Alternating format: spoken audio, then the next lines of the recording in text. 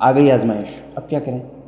اب ہم نے اللہ ہی کے قریب جانا ہے، اپنے تعلق کو اللہ ہی سے جوڑنا ہے۔ آپ صلی اللہ علیہ وسلم کی صحیح حدیث ہے کہ جب قیامت کے دن ان لوگوں پر جن پر دنیا میں آزمائشیں آئی تھیں، اس کا مطلب یہ نہیں آزمائشیں مانگنا شروع کر دیں، نہیں، لیکن وہ پناہ مانگتے تھے مگر آزمائش آئی ان پر، وہ لوگ جب پیش ہوں گے اللہ کی بارگاہ میں تو ان کے سامنے وہ لوگ کھڑے ہوئے ہوں گے کہ جن پر کم آزمائشیں آئیں لیکن کم آئیں یا بالکل نہیں آئیں۔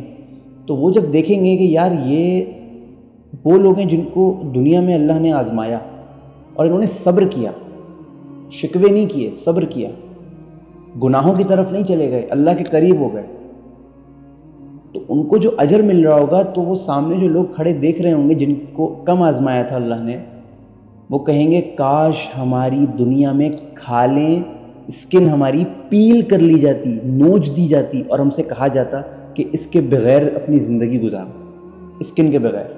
یہاں ہلکا سا ونٹرز میں، سردیوں میں ہلکا سا یہ جو فنگر ہوتی ہے، اس کی جب اسکن اترنے لگتی ہے کتنی تکلیف ہوتی ہے۔ وہ لوگ یہ کہیں گے کاش ہماری پوری باڈی سے اسکن اتار لی جاتی، جب وہ یہ دیکھیں گے کہ صبر کرنے والوں کو کتنا اجر مل رہا ہے۔ تو اب یہ کیسے آئے گا؟ فضیلت تو ہو گئی، آئے گا کیسے؟ آنا بھی ضروری ہے۔ یہ آئے گا تو شکر آئے گا، شکر آئے گا تو نعمتیں ڈبل ہو کے ملیں گی۔ اللہ کہتا ہے شکر کرو گے اور دوں گا ڈبل، کفران نعمت کرو گے میری سزا بہت سخت ہے۔ قرآن کی آیت کا مفہوم ہے۔ اب جب بات آ گئی کہ کیسے آئے گا یہ صبر، نہیں ہوتا بھائی، ٹیمپر لوز ہو جاتا ہے، کیا کریں؟ اتنا تو کر سکتے ہیں، کمرہ بند کر کے جانماز بچھائیے، چلے مت بچھائیں، بیڈ پہ بیٹھ جائیں، اپنے صوفے پہ بیٹھ جائیں، چیئر پہ بیٹھ جائیں، کمرہ بند کر لیں، ہر طرح کی ڈسٹربنس سے خود کو آزاد کر دیں۔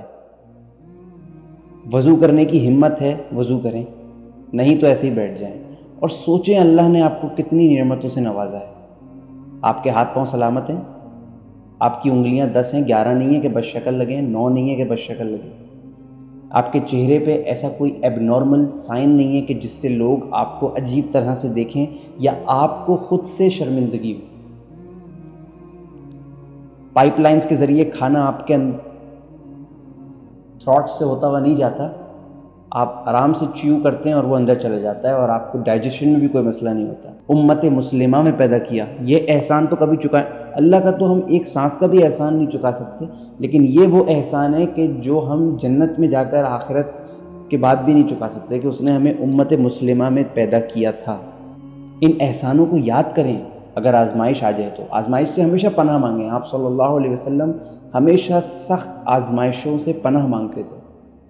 اب اگر آ گئی، تم نے مانگی نہیں، ڈیمانڈ نہیں کیا، آ گئی، تم نے پناہ مانگی لیکن آزمائش آ گئی، اب شکوہ نہیں کرنا، اب اللہ سے قریب ہو جاؤ۔ کیسے ہو جاؤ وہ بتا رہا ہوں میں۔ اپنے ارد گرد لوگوں کو دیکھیں،